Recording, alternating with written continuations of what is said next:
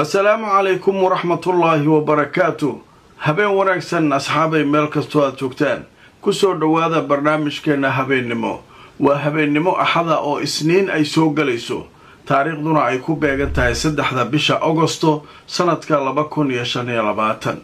برنامج كعاو وحان إذنكو وهيا وراركي سوكر ري تاني إنتينو كلام مغنين سيدادو كورقبتين برنامج كيجي قلب نمو وحينو كسو قادني xuutiga oo weerar qaaday balse weerarka ay Israa'iil kaliya ka hadashay waxaan idin sheegay inuu dhiman yahay oo uu soo hadli doono Yahya Sariic goordhow ayuu hadlay Yahya Sariic Allahu al-azim intisar li madlumiyat ash-sha'b al-filistini wa mujahidih al-a'zaa wa raddan ala jara'im al-ibadah al-jama'iyyah wa jara'im at-tajwi' التي يقترفها العدو الصهيوني بحق إخواننا في قطاع غزة وردا على اقتحام قطعان الصهاينة للمسجد الأقصى وتدنيسهم لباحاته الشريفة. نفذ سلاح الجو المسير في القوات المسلحة اليمنية 3 عمليات عسكرية نوعية استهدف يحيى سريع وحوشي يغو كجوابا يا دباتدا يا غاجيسينتا يا ديلكا لوغو هايو ددكا رير غزا sidoo kale iyagoo ka jawaabaya xadgudubyada joogtada ee lagu hayo masjidka barakaysan ee Al-Aqsa in ciidamadooda cirka ay maanta 3 weerar ay ka furiyeen gudaha Israa'iil haddaba tafaasiil ku saabsan hadalkiisa iyo wixii uu ka sheekeeyay waan idin hayaa waxa soo kale aan barnaamijka idinkugu soo gudbin doona Netanyahu oo hay'adda laanqayrta cas ee ICRC waxa uu weydiistay sheeko la yaab leh inay u soo qabtaan arrin la yaab leh inay u soo qabtaan talow arintaasu baxay tahay haddaba sheekada cajiibka oo aad loogu maadsanayo warbaahinta ayaan iyana idin soo gudbin doonaa waxa soo kale aan idin hayaa warbixin iyana ku saabsan oo ka hadlaysa siyaasiyiin iyo rag waaweyn oo dhinaca amniga ka soo shaqeeya Israa'iil oo tiradoodu gaarayso 600 oo qof oo warqad u diray Donald Trump haddaba maxay ku qoreen warqadaas tafaasiisha sheekooyinkan ayaynu barnaamijkeena caawa ku faahfaahinayna inta aan ku jirno warar dheeraad ah haday soo dhacaan waan idin la socodsiinayna Safari Remit waxay ka caawinaysaa inaad reerkaaga iyo saaxiibada ku nool dalal dhowr ah aad gaarsiisid wixii aad ugu tala gashay ilaa iminka wadamada ay xawaalada kugu diri karto waxa kamid ah Kenya, Soomaaliya, Uganda, Djibouti, Ethiopia, Sudan, South Sudan, Tanzania iyo Turkey. qiimahana aad ayuu u jaban yahay marka loo eego shirkadaha kale ee ka shaqeeya xawaalada. Xawaaladan waa online. Internet Plus waa adeeg ay macaamiishu ka heli karaan internet fiber ah oo xawaarihiisu yahay 20 megabytes per second. ayna la socdaan receiver ay ku jiraan in ka badan 4,000 oo kanaal iyo 100 daqiiqado oo ah ku hadal bilaash ah.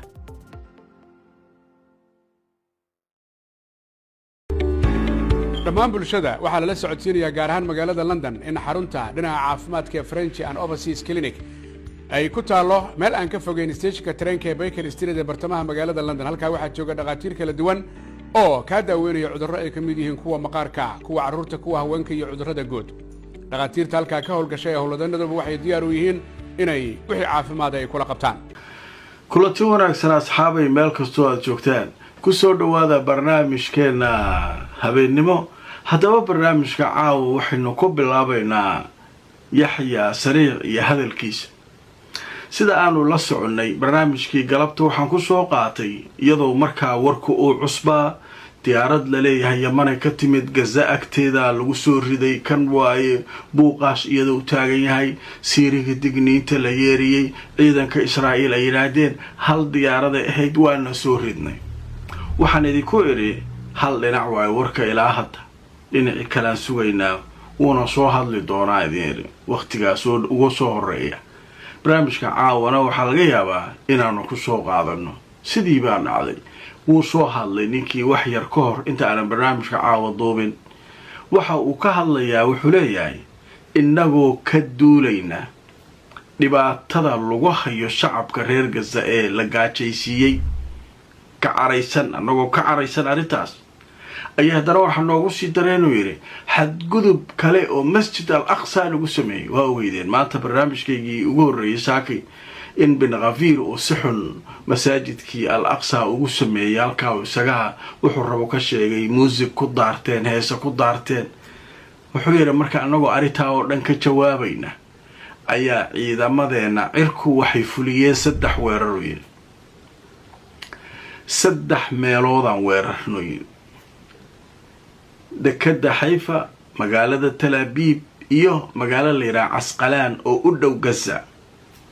3 meelba 3 diyaaradood ku weerarnay sidee taawga adeeganu leeyahay asaga kuwii horena maxay yiraahdeen hal diyaarada ahayd Gaza agteeda ku soo rid asaguna muxuu leeyahay waa 3 weerar fulino leeyahay dhanka kale wuxuu sheegay aamusnaanta dunida islaamka iyo kuwa kaleba ay ka aamusan yihiin dadka la dhibaateynayo ee reer Gaza inay ceeb ku tahay muslimiinta dawladaha muslimiinta ay iska aamusaan iska fiirsadaan dadka walaalahooda inta meel lagu xirtay la gaajaysiinayo oo la dhibaateynayo la dilayo la gumaadayo gaajo loogu daray madfac loogu daray iska fiirsanay ceeb ay ka tahay laakiin wuxuu yiri anagu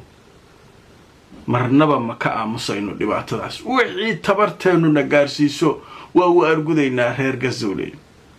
ninkaasu warbixintaas ayuu ka hadlay bal hadaba aan idin tuso ثلاثة أهداف للعدو الإسرائيلي وذلك ب3 طائرات مسيرة استهدفت عمليتان منها هدفين عسكريين للعدو الصهيوني في منطقتي يافا وعسقلان فيما استهدفت العملية الثالثة ميناء حيفا بفلسطين المحتلة إن اليمن بشعبه الوفي وقيادته المؤمنة وجيشه المجاهد وبالتوكل على الله وبالاعتماد عليه لن يتخلى عن واجباته الدينية والأخلاقية والإنسانية تجاه الشعب الفلسطيني والمسجد الأقصى وتجاه إخواننا في غزة وهم يتعرضون للقتل والتجويع بالعدوان والحصار واتاي مركا يحيى سريع هذا الكاس وتشيديي وانا بحر سوي وحي 2 دقيقة ما كبدنا دق nimanka waxay sheegeen waa beyntood waxaan sameeynay kana sameeynay saasan u adeeganay intaasaan ka garaacnay waa ku daayay waa bax laakiin waxa la hubaa markay shaqo qabtaan Israa'iil marka hore hadlaysa isagu ka dambeynaya marka qaabkaas marka uu shirka jaraa'id u sameeyaa ninka la yiraahdo Yahya Sariic hadaba marka warbixintii maanta uu ka soo hadlay inta aynu kaga gudbaynaa waxaa jira marka sheeko kale oo aad cajiib u ah jirta oo caawa si weyn looga hadlayo Israa'iil gudaheeda iyo caalamka iyo waxa dhan ninkii Netanyahu ahaa qaara waxay leeyihiin odaygu waa wareeray nimankii Xamaas shalay markii ay maxaabiistoodii soo daayeen oo feeruhu soo baxeen oo qabrigaygan qodanayay Israa'iil oo dhan laga ooyay aniga waa iska ooyay aniga saasaan markay leeyihiin odaga asaa ugu dararay waa wareeray wuxuu sameeyay marka odagu wuxuu yiri hay-adda ICRC shaqa u diray inay noo soo qabato ay maxay idin soo qabanay kulaha raashin iyo cunno iyo alaabaan u dhiibaynaa maxaabiisteena u geynayaan maxaabiista yahay ICRC ma haysa dheh maxaabiista ICRC ma haysa maxaabiista waxa haysa Xamaas qoladii aan lahayd Soomaha gargaarka hadaan gelino ayaga dhacaya saasaan dadka ugu sameeynayna Soomaha Xamaas kala may noqdeen ICRC haday qaado ma maxaabiista inta u tagto ay afka u gelinay hatta hadii laga ogolaado soo Xamaas uma dhiibayso Xamaas haysada ilaa Soomaha iyo nimankii kale Israa'iil Qudus hayaan maqaawamadii haysa marka ninkii waa wareeraalay nimankii ICRC wuxuu yiri cunto la gaara nimankii maaratay maxaabiisteena u taga cunto la gaara marka nin oo Xamaas ka tirsanaa wuxuu yiri ninkan waa wareeru dhaay cunto oo ICRC inta noo keentay aan inta qabanno ma siinayna weer maxaabiist iyadoo dadkeenu gaajaysan yihiin waa wareersan yihiin u dhaay yaa cuntada wax loogu soo xiraa yiri meeshii joogan la ogaana or meesha wuxuu dhaay dhibakaan ma badna gaadi karaan wax kasta day akhriyaan markii ninkii waxa leeyahay Netanyahu waa wareeray ICRC wuxuu leeyahay cunto u qaada u geeya ICRC waxaa leedahay cuntada yaa siinaynaa maxaabiisteena u geeya soo siiya maxaabiista anaga maahayneen maxaabiista anaga gacanteena bay ku jiraan marka ninka waa wareeray yidhahdeen haddaba marka aan idin tusoo warbixin aada u qosol badan oo laga qoray sheekada waxaa leeyahay Netanyahu wuxuu ka dalbaday hay-adda bisha cas inay cunno gaarsiiso iyo waxyaabaha caafimaadka ah maxaabiistooda inay gaarsiiso ra'iisul wasaaraha Israa'iil Benjamin Netanyahu ayaa wuxuu la hadlay ergada bisha cas iyo laanqeyrta cas isagoo ka dalbaday inay markaa si degdega u farageliyaan oo ay cunto iyo arrimaha caafimaadka iyo dawooyinka ay u baahan yihiin maxaabiistooda loo geeyo marka ninkii waxa leeyahay arikaas hay-adii ayaa bambaxlada annaga ilaa geeyna ma nimankaan inaa ugu dhiibna la soo baa nimankaa tiri waaye qaramada midoobay iyo wax soo dhawaa karo wax qaybi kara male sababtoo ah xamaasaa ka qaadanaysa soo taa lahaydeen hadda marka yaa loo geynaa caqligaa diidaya dheheen dadkii wax falaqaynaya waxay dheheen ninkan waxbaa ka qaldana dheheen ama ujeedo kaluu leeyahay waxaan gaajo ku dilayaa anigana u dhihi rabaa dadka maxaabiista ah ee xabsiyada iga buux kuwaan laakiin waxay taagan yihiin xamaas nimankaa keligood baa gaajo lagu dilay annaga dhagaa gaajaysan waxa aan cunnay dhalo cunayaan soo fasaxa raashinka dadkan masaakiinta reer Gaza way dhimanayaan gaajo u dhimanayaan raashinka adaa xanibay dadkana dee gaajo u dhintaan dadkaaguna waa dhimanayaan marka sheeko waalan ayaa meeshaan marka iyaduna ka socota oo aada runtii cajiib u ahaa la leeyahay warbixintaas iyaduna halkaasaan kaga gudbaynaa sheekada kale ee barnaamijka aynu ku soo qaadanayna caawa waxay tahay 600 oo siyaasiyiin oo dhinaca amniga ka shaqeeya oo Israa'iiliyiin ah ayaa warqad waxay u qorteen Trump 600 oo dad caana wada ah oo Israa'iiliyiin ah oo xilal soo qabtay oo amniga ka soo shaqeeyo siyaasiyiin Trump waxay yiraahdeen dhageyso ninkan annaga ra'iisul wasaaraha nooca iyo kooxda waddankan hogaaminaysa Israa'iil waa niman qarribane warnimakan la hadalo dagaalka naga dhamay dagaal ma rabna annaga reer Israa'iil haddaan nahay dagaal ma barabno nimankan xukunka kursi dartiisa dagaalku u jiraan dagaalkan wax faa'iido oo ka jira ma leeyahay dagaalkan hal jooji maxaabiista la kala qaato nabaday hal uu kala tago meeshaan ninkan adoo kaliya warka maqlaaliin Trump cid kale dawladihii kala dhan maxaa tihiin u leeyahay ninkan la hadalay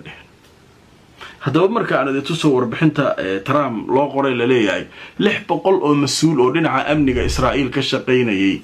oo ka shaqeyn jiray ayaa waxay dalab u gudbisteen Trump iyagoo markaa sheegay in Trump uu ku qasbo inay tahay Netanyahu dagaalka in la dhameeyo jirada la yiraahdo Jerusalem Post ee ka soo baxda Israa'iil ayaa waxay sheegtay 600 oo mas'uuliyiin oo dhinaca amniga ka shaqeyn jirtay Israa'iil inay warqad u direen madaxweynaha Mareykanka iyagoo ka codsaday inuu ku qasbo Netanyahu inuu nabadda qaato malaga yeelay cidka yeelayso mal Netanyahu iyo kooxdiisa nabad ma rabaan marka sheekadaasu halkaas iyaduna maraysa qadar xayisiisa kadib waxaan galaynaa barnaamijkii galabta waxaan ku soo qaatay Macron oo leh hubka inay iska dhigaan waay Hamas waa madaxweynaha Faransiiska haddana waxaan idinayaa Ingiriiska iyo Jarmalka oo leh Hamas waa inay hubka iska dhigtaan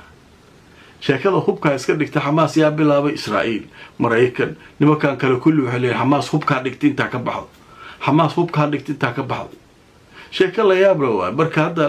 hay'adda kadib aan idin faahfaahinaya waxaa dhammaanba bulshada Soomaaliyeed iyo waalidiinta balala socodsiinaya gaar ahaan magaalada dalka Soomaaliya ee Muqdisho iyo gobolada in macadka sare ee Beacon International Academy maamulkiisa sare uu kugu talagalay waxbarashadii ardada in looga faa'iideeyo iyagoo jooga gudaha dalka Soomaaliya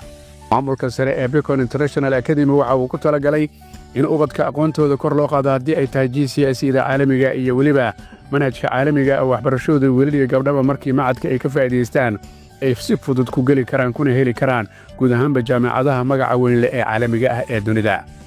mar haddii qaabkaasi laydinkugu diyaariyey maad ka faa'iidaystaan waalidiinta Soomaaliyeed ee gudaha dalka joogow macallimiinta aqoonta iyo kartida leh ee macadkan isaga ah ee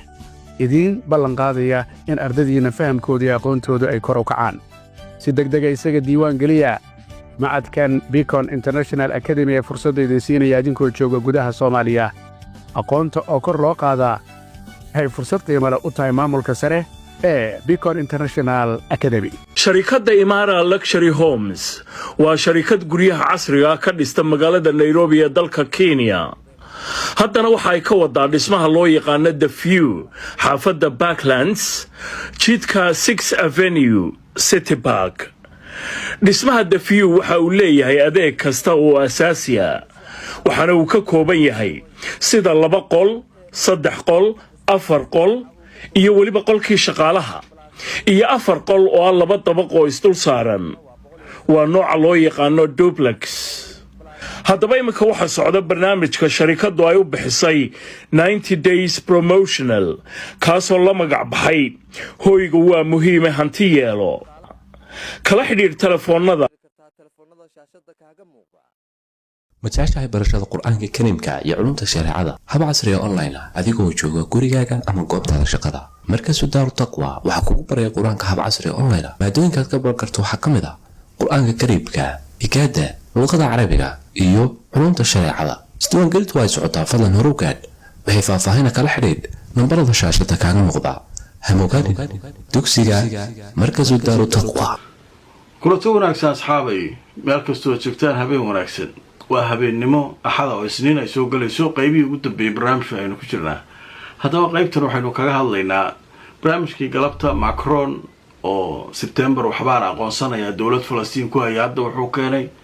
Hamas waa inay hub ka dhigtaa. macnaha haddii Hamas hub ka dhigin wax la aqoonsanaa male waa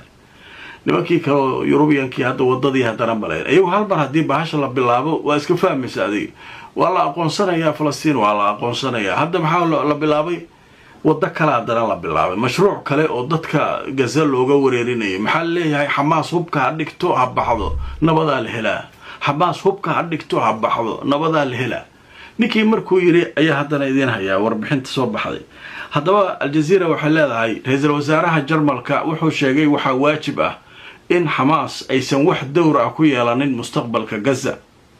waxaana uu sheegay in loo baahan yahay in xabad joojin laga hirgeliyo maxaabiistana la sii daayo Hamasna ay siyaasadda isaga baxdo hubkan ay dhigto ay meesha ka lugayso leeyahay. waa Jarmalki waay Ingiriiska iyo Faransiiska iyo Jarmalka saddexda wadan oo Yurub kaabaha waay. macalinka weyn soo bilaabay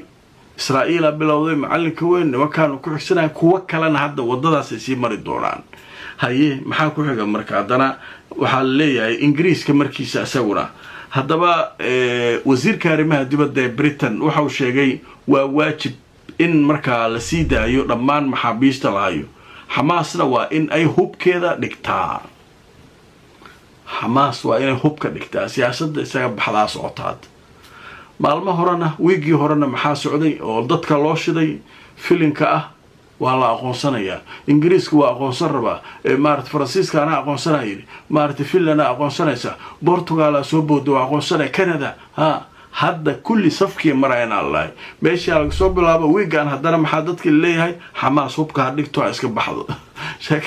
sheekadaas haddana socotaa le marka waa arki doonaa wixii warar soo kordha fikirkiina aragtidiina barnaamijka noogu reeba markasta anaguna wixii aanu soo ururino oo ku saabsan xaaladahan waan idinla wadaagi doonaa. ha iloobinina fadlan barnaamijka inaad like gareysaan oo share gareysaan. haddaad nagu cusubtaana subscribe ka samayso YouTube-ka Facebook-na follow garey si mar walba aad u hesho barnaamijyadeena oo ay ku soo gaaraan. inta aan mar kale kulmayno asxaabay meel kastoo aad joogtaan iyo barnaamijyo kale nabadgelyo.